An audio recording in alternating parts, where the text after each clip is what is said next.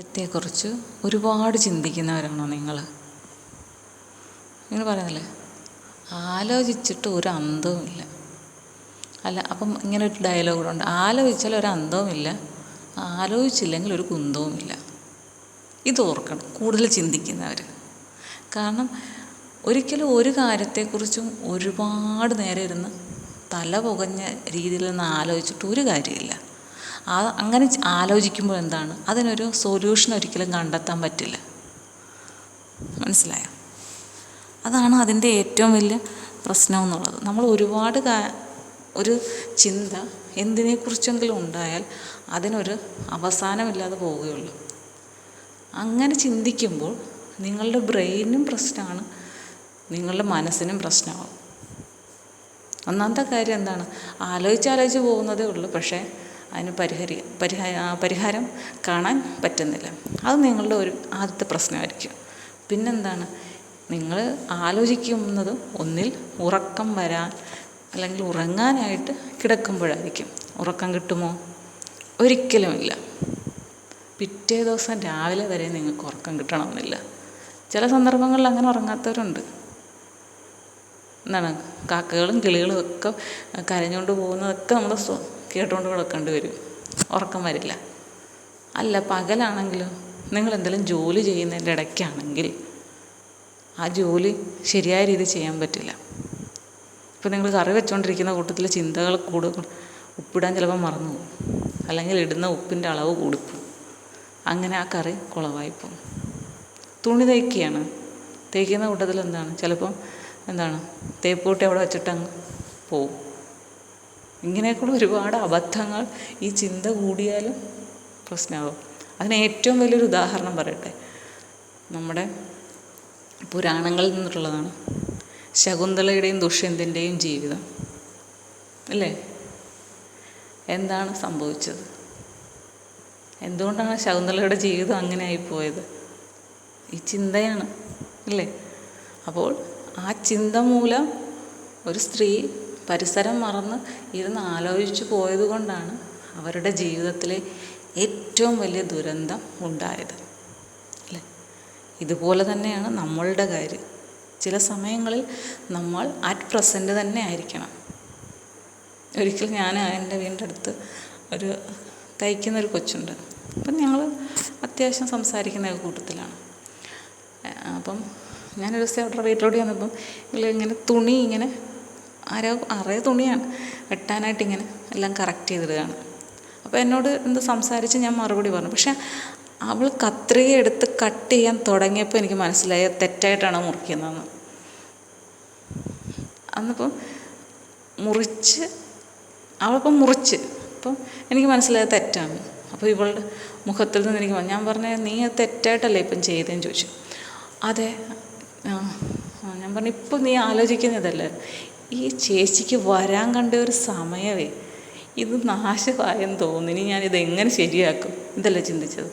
അതെ, ഞാൻ പറഞ്ഞത്. അതുകൊണ്ട് ഞാനൊന്നും പറയുന്നില്ല, ഞാൻ ഇന്നത് പറയാൻ വേണ്ടി വന്നാൽ ഇനിയെങ്കിലും ശ്രദ്ധിച്ചു. അതിന് ശേഷം എന്ത് ചെയ്യുമെന്നറിയാം, ഞാൻ നോക്കും അവൾ എന്ത് ജോലിയാണ് ചെയ്യുന്നതെന്ന്. അഥവാ ഞാൻ കുഞ്ഞുമായിട്ടൊക്കെ അങ്ങോട്ട് ചെല്ലുവാണെങ്കിൽ ഞാൻ പറയുന്നത്, ഞങ്ങളെ നോക്കില്ല, നീ എന്ത് ജോലി ചെയ്യുന്നോ അത് മാത്രം ശ്രദ്ധിക്കുക. അതല്ലാതെ അത് വന്നിട്ട് എന്തെങ്കിലും പ്രശ്നം ഉണ്ടായിട്ട് എന്നെ മനസ്സിൽ ആ സാധനം വന്നുകൊണ്ടാണ് എൻ്റെ ജോലിയിൽ തെറ്റ് വന്നതെന്ന്. പിന്നീട് ആ ഡ്രസ്സ് തയ്ച്ചപ്പം ഞാൻ മോളിൽ ഇരുന്നിട്ട് കാണാം താഴെ തയ്ക്കുന്നത്. അപ്പം ഞാൻ ചോദിച്ചു, ഞാൻ പറഞ്ഞിടേ ഇങ്ങനൊന്ന് ചെയ്ത് നോക്ക്, ഇതേത് ഭാഗത്താണ് ആ മിസ്റ്റേക്ക് വന്നത്, അപ്പോൾ അത് അങ്ങനെ ചെയ്ത് നോക്കുക. പറഞ്ഞാൽ ഒക്കെ ഞാൻ അങ്ങനെ ചെയ്തേക്കുന്നതെന്ന് പറഞ്ഞാൽ അത് ആരും അറിയത്തില്ല, പെട്ടെന്ന് കുഴപ്പമില്ലെന്ന് പറഞ്ഞു. പക്ഷേ അത് പ്രശ്നമൊന്നും ആയില്ല, നന്നായിട്ടുണ്ടായിരുന്നു തയ്ച്ചിട്ട്. അപ്പോൾ ഇതേപോലെ തന്നെ നമ്മൾ ഒരുപാട് ചിന്തയായിട്ട് എന്ത് ചെയ്താലും അവിടെയൊക്കെ ഓരോ പ്രശ്നങ്ങളുണ്ടാകും. ഇതുപോലെ തന്നെ വേറൊരു കാര്യം എന്ന് പറയുന്നത്, നമ്മളൊരു ജോലി ചെയ്തുകൊണ്ടിരിക്കുന്നു. ഇപ്പോൾ ഈ കുട്ടിക്ക് സംഭവിച്ച പോലെ വേറെ ആരെങ്കിലും നമ്മളോട് സംസാരിച്ചുകൊണ്ടിരിക്കും, നമ്മളെന്ത് ചെയ്യും, നമ്മൾ ചെയ്യുന്ന ജോലി ശ്രദ്ധിക്കത്തില്ല, അവർ പറഞ്ഞ് ശ്രദ്ധിക്കും. അപ്പോൾ നമ്മൾ ചെയ്യുന്ന ജോലി അത് തെറ്റിപ്പോവും. ചിലപ്പോൾ ഒരുപാട് നേരമൊക്കെ എടുത്ത് നമ്മൾ ഈ മുത്തൊക്കെ കോർക്കുന്നത് പോലെ എന്തെങ്കിലുമൊക്കെ വളരെ ശ്രദ്ധയോടുകൂടി ചെയ്യേണ്ട കാര്യങ്ങളായിരിക്കും ചെയ്തുകൊണ്ടിരിക്കുന്നത്. അപ്പോഴായിരിക്കും അതിൻ്റെ ഇടയ്ക്ക് എന്തെങ്കിലും ഒരു കാര്യം ഉണ്ടായിട്ട് അത് മുഴുവൻ വീണ്ടും ചെയ്യേണ്ടി വരുന്നത് അല്ലേ?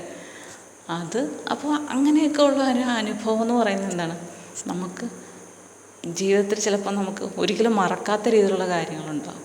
ഞാൻ ശകുന്തളയുടെ കാര്യം പറഞ്ഞതുപോലെ. അതുകൊണ്ടാണ് നമ്മളെപ്പോഴും ഒരു ജോലി ചെയ്യുമ്പോൾ അത് ചെയ്യുക. ഒരു ആവശ്യമില്ലാതെ ഒരു ചിന്തകളെയും കാട് കയറാൻ അനുവദിക്കില്ല, പ്രത്യേകിച്ചും രാത്രിയിൽ. ഞാൻ ഈ ഉറക്കത്തിൻ്റെ കാര്യം പറഞ്ഞപ്പം ഞാൻ പറഞ്ഞിട്ട് എനിക്ക് ഉറക്കം കുറവാണ്. എനിക്ക് ഉറക്കം കുറവാനുള്ള ഒരു കാര്യം എന്ന് വെച്ചാൽ ഞാനൊരു നിശ്ചിത സമയത്ത് ഉറങ്ങുള്ളൂ. അതിൽ കൂടുതൽ എനിക്ക് ഉറക്കം വരില്ല. പിന്നെ കുഞ്ഞുള്ളതുകൊണ്ട് അവൾ ഇടയ്ക്കൊക്കെ ഉണരും. അപ്പോൾ ഞാൻ ഇതെന്താ സംഭവിച്ചത്, അപ്പം അവൾ ചിലപ്പോൾ ഒന്ന് സ്വപ്നത്തിലൊന്നും ഒന്ന് ചിണുങ്ങും സ്വപ്നത്തിൽ.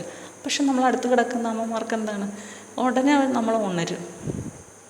അപ്പോൾ അതിൽ ഉറക്കത്തിന് എന്താണ് ഒരു വിഘ്നം സംഭവിക്കുകയാണ്. ചിലപ്പോൾ ആ ഒരു എന്തായിരിക്കും എന്നുള്ള ടെൻഷൻ കൊണ്ട് ചിലപ്പം കുറച്ച് നേരത്തേക്ക് ഉറക്കം വരണമെന്നില്ല. പക്ഷെ ഞാനെപ്പോഴും ഞാനിങ്ങനെ ശ്രമിക്കാറുണ്ട്, എന്ന് ശ്രദ്ധിക്കും ഞാൻ ഇന്ന് ഓരോ ദിവസവും ഇത്ര മണിക്കൂർ ഞാൻ ഏകദേശം ഉറങ്ങിയിട്ടുണ്ട് എന്നുള്ളത്.